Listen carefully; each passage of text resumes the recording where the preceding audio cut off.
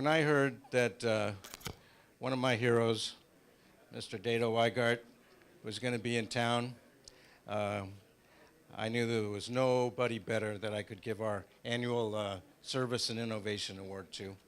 So here it is. I'm going to present it to Dedo, but first let me tell you just a little bit about the man that I admire so much. He's the inventor of the compact, really powerful and precision instrument known as the Dedo light. But that was many, many years ago. And since then, he's doesn't rest on his laurels. He keeps pushing and innovating. He's now into many different versions of LED lights. He's come all the way from Munich, Germany, and I could talk to Dedo all day. But you'll all have that opportunity if you're available tomorrow, because Dedo's opened up a new office, Dedo, California, in Burbank, and they're having, he's going to be available all day tomorrow doing a workshop and presentations. You can get more information about that at the Dedo Light California booth. But now let's hear from the man who is the recipient in grateful recognition for decades of innovation and service to the entertainment lighting community, Mr. Dedo Weigert from the Digital Cinema Society.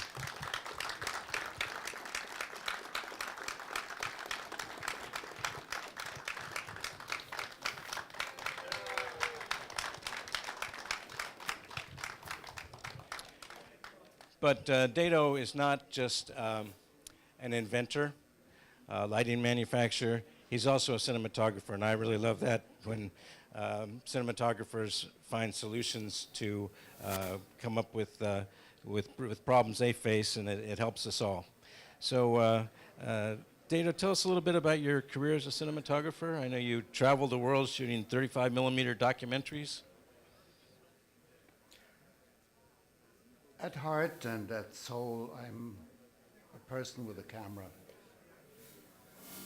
I've had the good fortune to have wonderful teachers, because when I started in West Germany, there was no film school. I shot films in over 40 countries, all kinds of different art films, documentaries, big TV specials, not many feature films. But at heart, I'm also a little kid playing in a sandbox. So I was always tempted to play. 1961, I built teleprompters. 1966, I built the first European-made fluid head. Showed it to my friend Wendelin Sachtler. I built a multi-functional dolly, first frequency-controlled zoom drive, and then that grew and became a real research and development department. We were high-speed film specialists. I built a one-eyed stereo system for the University of Heidelberg. I built a high-speed video fluoroscope for early recognition of cancer cells. All kinds of things in optics, electronics, mechanical. But I'm not a scientist. I'm just a naive cameraman. I've traveled the world with 2 cases of Lowell lights. Ross Lowell had his 90-something birthday several weeks ago.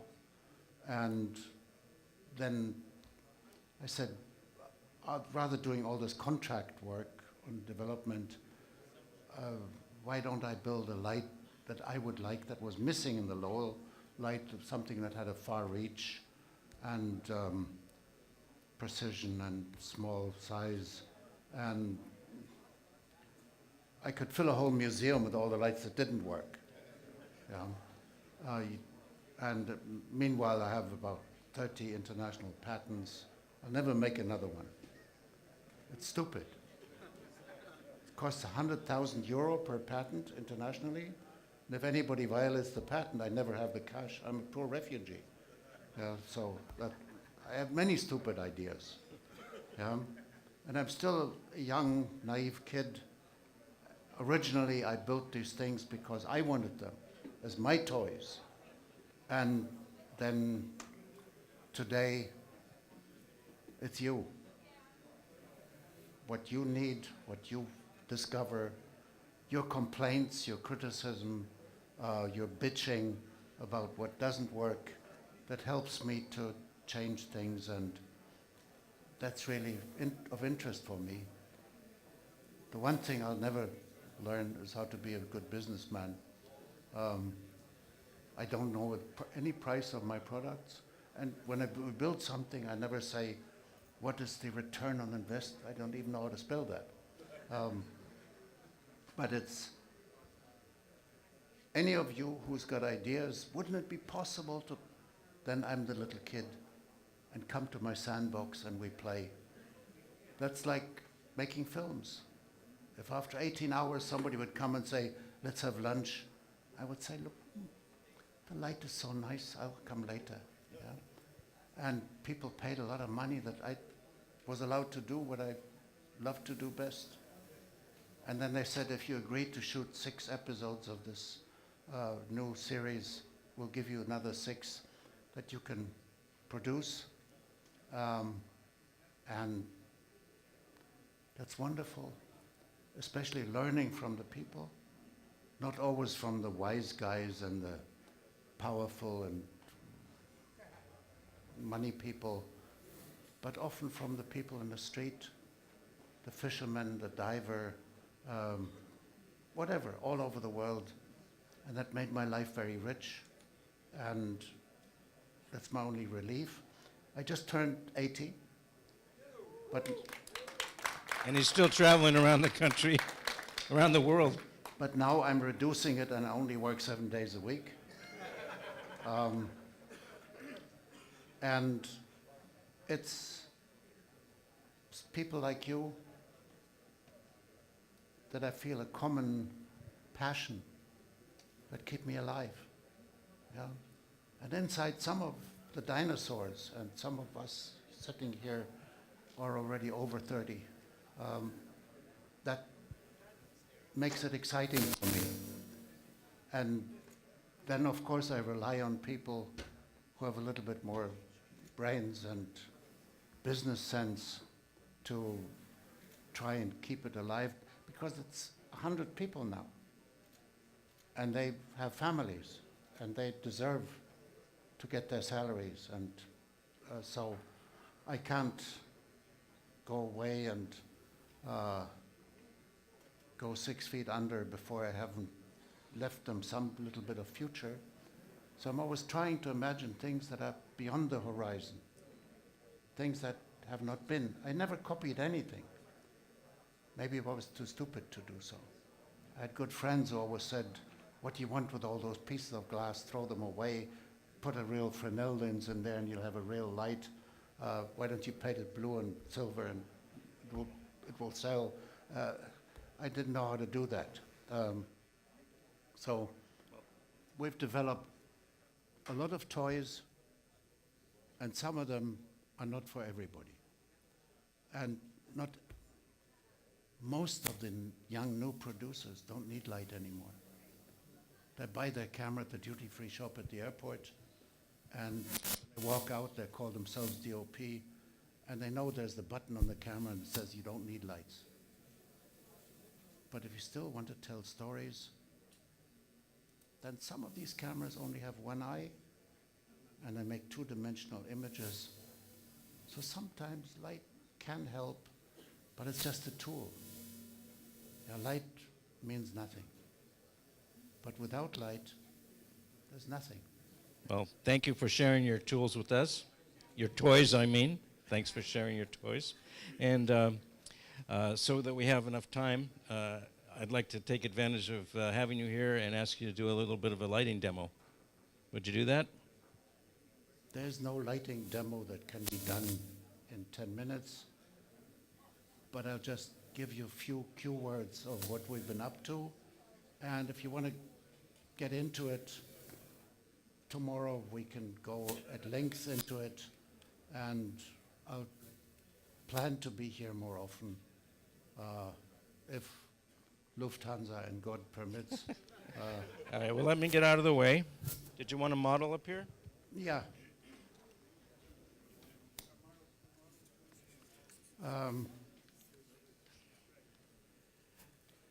We've gone many different directions, but just to mention some of those, in the world of LED lighting, Bicolor, that you've heard now many times already today, have become an important tool. Not only that it allows you to adapt to any ambient light situations, but there's also other things that are very valid. That you play with the color temperatures as a creative tool, and that you apply different color temperatures of white light on your talent, and all of a sudden it changes the character completely, and it influences the way you tell your story. Okay, we've had, like anybody, we had LED panel lights. We've also heard a lot about CRI, TLCI, and all that. I have my own views on it. Of course, we have 5 different spectrum analyzers. We're very deeply into it. And I have scientists working with me and so on. And you've heard, and Frida explained that wonderfully, that CRI 1931 refers to the human eye. TLCI is a big step forward, but it refers to the studio camera. And not everybody of us is shooting with studio cameras with 3 CCD sensors. And the other guys play with CMOS cameras. And they have a beastly attitude. As Frida explained, they all see light very different. So yes, you can develop wonderful ways to make the light do what this particular camera wants, to have good skin tones. For me, it was a now 10-year nightmare, and I went another way, taking a full spectrum light on one side of a human face and an LED light on the other side, and it was atrocious, you know, because every camera, even from the same manufacturer, showed for LED light different colors. A Canon 5D Mark II shows a green, a Canon 5D Mark III shows another green, and a Sony showed a magenta. Yeah. So yes, it's wonderful if you can develop software and program the light to do what this camera wants. But maybe someday there'll be several people with different cameras, and then my mother said, don't use those words. Okay, so there are many different panel lights, and one of those has 5 times the output of what we used to have, but there are others who do that, and it's a big mess. And all that the cinematographers know is when they look at a light, they say, how many watt? Yeah, and it's not really what we live from. Sometimes it's how much light do we get, and the character of the light, and so on. So it's, yeah, we've all learned in the wonderful Hollywood film schools that you can express that in candelas, but nobody knows what that means, and the practitioner doesn't really care. Okay, so some of these lights feel a little bit aggressive. So then we have the soft boxes like everybody has, and then we have panel lights, and we combine panel lights with optics, and so this one has double the reach and double the output over 15 feet distance in comparison to the sky panel, but it has a defect. It uses only half the power, which for Californians is not important because you have an abundance of power and hydroelectric and whatever. So that's the European Parliament that's lit with those lights. And then we also built LED soft lights. Okay, like a good soft light shouldn't have a hotspot. It should be a light that lovingly embraces the object of desire. 3 sizes, and that's 300, 500,000 watt, because that's what everybody understands. But the nice thing is they're bicolor, and they're clean white color that is friendly to skin tones in the way all the different cameras see it. Without, let's forget all the science behind it. It was 10 years of nightmare. Okay, so this is a 300 watt soft light head, bicolor, 500 watt, 1,000 watt, and okay. Our strength has always been in optics, and that gives us higher efficiency, better focusing range, better light distribution, and we transferred all that into the LED world. And then we tried to make them also as small as possible, and that's the trick, because everybody thinks LEDs save the planet by creating no heat, using no energy, and so on. The forward emitted heat of an LED light, you can forget. But on the LED, there's tremendous heat, and if that's not cooled very well, then forget all the wonderful talks about CRI, TLCI, TM30. How long is it going to do that in 3 years? And that depends often on the cooling system. How cool can you keep them, even when you run them 24 hours a day in home shopping TV? So then there's a bad word. Nope, I'm not allowed, shouldn't say that. The bad word is fan. Yeah? None of us wants to have a light with a fan. So we can address that in 2 ways, like the politicians. We find a semantic solution. We don't call it fan. We call it active cooling. But the light is still just as loud. So we developed the turbo lights. Being honest, this has a fan, but if you put your ear right next to where the fan is, it sounds like a lazy bee in neighbor's garden, and you put your ear right here, it doesn't burn up, you hear nothing. And that's what we're very proud of. That allowed us to build very small lights. Now people look at them and they say, no, I need a serious light. Yeah, because our lights that we built specially for the guys who need to run the small teams, we now have an abundance of one-people teams. Yeah, when I grew up, a BBC documentary crew was 12 people. Yeah, I can't even tell you what they all did. But today, the same work is often done by 2 people or the VJ, the one-people team who does everything. So we develop lighting kits that give you professional performance. And again, I was told by my company, don't ever use that word, it's not serious, in a lady's handbag. It's so small, you can take it on board of an airplane. It's allowed to put it in the cabin, and it has 3 lights and a background projection and everything.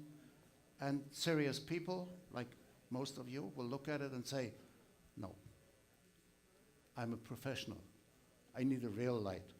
That's got to have weight and wattage. Okay. So the smallest one is this, the puppet light with bare output. And it's a bicolor light and has clean color, skin tone friendly, and silent cooling. And you can stick a softbox on it, because when you build them that small, it's terrible. You can't do that to people. Yeah, it's aggressive, it's awful. So we need to enlarge it and make it big, small, big, large softbox to work with it if you want to light people with it. And including the small lighting stands, and the tiny stands have extensions and they can come up to reasonable height and so on. So that's one way we went. The next size up is 2 times 90 watt packed into a small housing, and that's become a standard with many TV teams because that they understand easier. It's a serious light, and it has huge output and so on. And that's the bigger one up here. That's sort of our flagship for mobile teams and mobile drama. Monocolor, bicolor, big output, all the focus range, everything you expect from a Dedo light.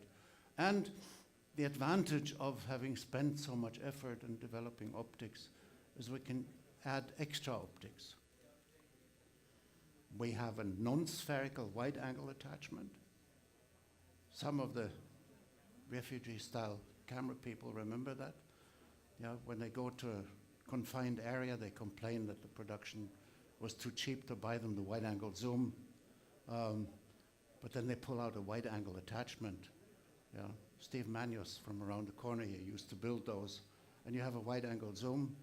And we build those non-spherical and perfectly even light distribution. We build the projection devices that are so good that not everybody needs those.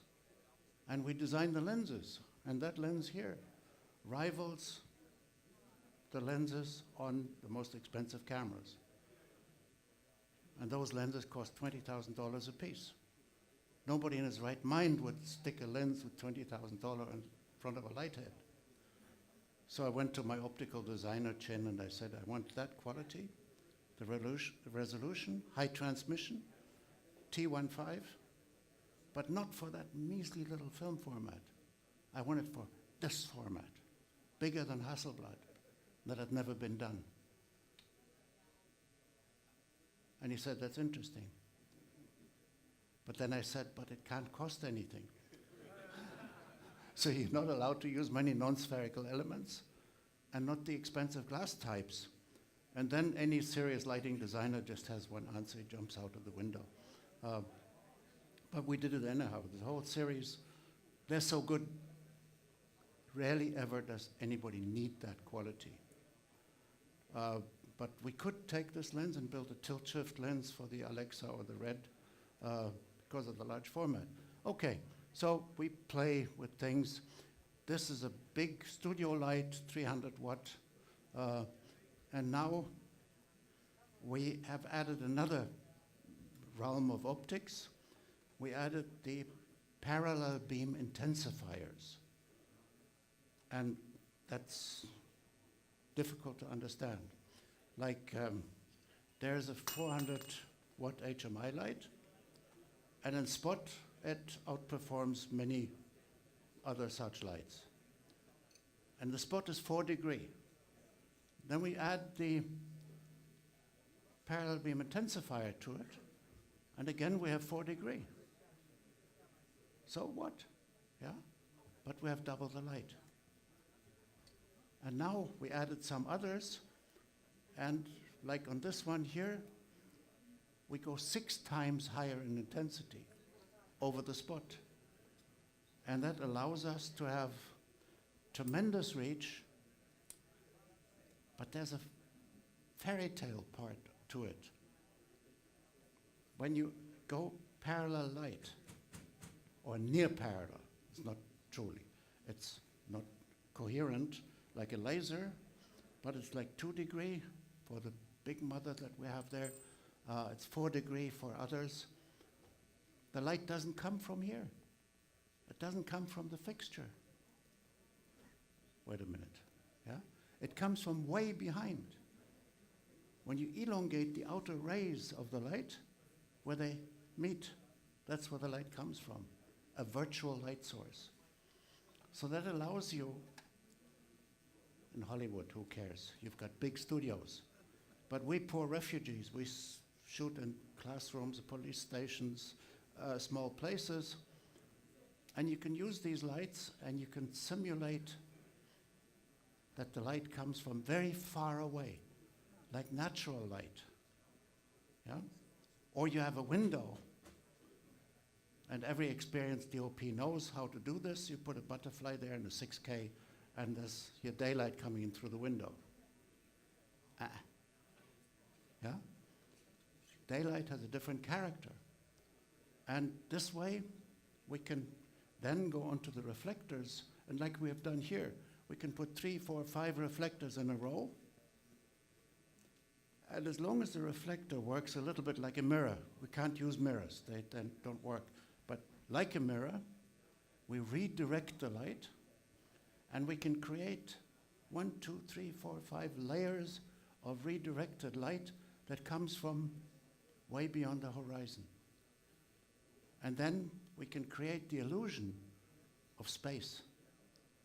And that's the one thing that the iPhone doesn't do when you just push the button, to give you this three-dimensional feeling of depth, of size. Like here, the Roscoe backgrounds, the illusion of layered depth. And when you create, this is not new. James Wong Howe films, you could walk into it, had a depth to it, space, three-dimensionality. And that's the passion, the wonderful thing about our profession, that we can pretend to create the illusion of space and still direct the attention of our viewer to the object of desire, tell stories, and it's not three-point lighting. There's nothing wrong with it. It's in every book, every school, everything. But creating images is space, and light can help to do that. And when we try to master that and understand it, and it's not all that difficult to play with it, then we can talk about the other wonderful big brother of the light, the shadow, which often can tell more of the story than the light. It hides more emotions and triggers more thoughts and tells parts of the stories. Okay, so this big cooking pot that we can put on a 1200 watt light amplifies the light output 6 times more than the spot position. So light stream is our name for the world of parallel light combined with different reflectors, and that's the big one. And this is the tiny one where in the native spot position we have here 750 lux, what's that, 690 foot candle. And then we add the parallel beam adapter, and we go 10 times up, 8 times. And that sounds like a miracle, yeah? But it's also the lens size and the optics in it, and our basic optical construction allows us to do that and play with it. So that's the big one that at 15-foot distance gives us a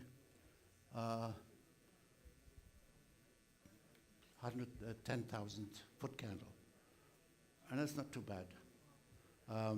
So it's not the wattage, it's how much light we have to play with. So basically with one big light, you can light an entire scene, and of course you can filter, and you'd have something like optomechanical dimming, where you dip the reflector more or less into the beam and take more light and less light.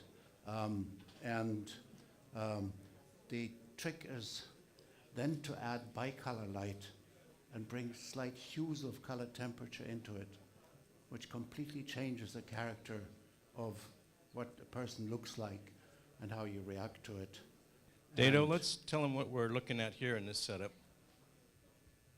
So you've got a 400 HMI on the bottom, and you're using that to create 4 different light sources because you have the light and 3 reflectors that goes on the here, same. goes there, goes back, and we can go there and create the backlight, and then if we want to, we can add a background projection, and that's quite exciting for the small team.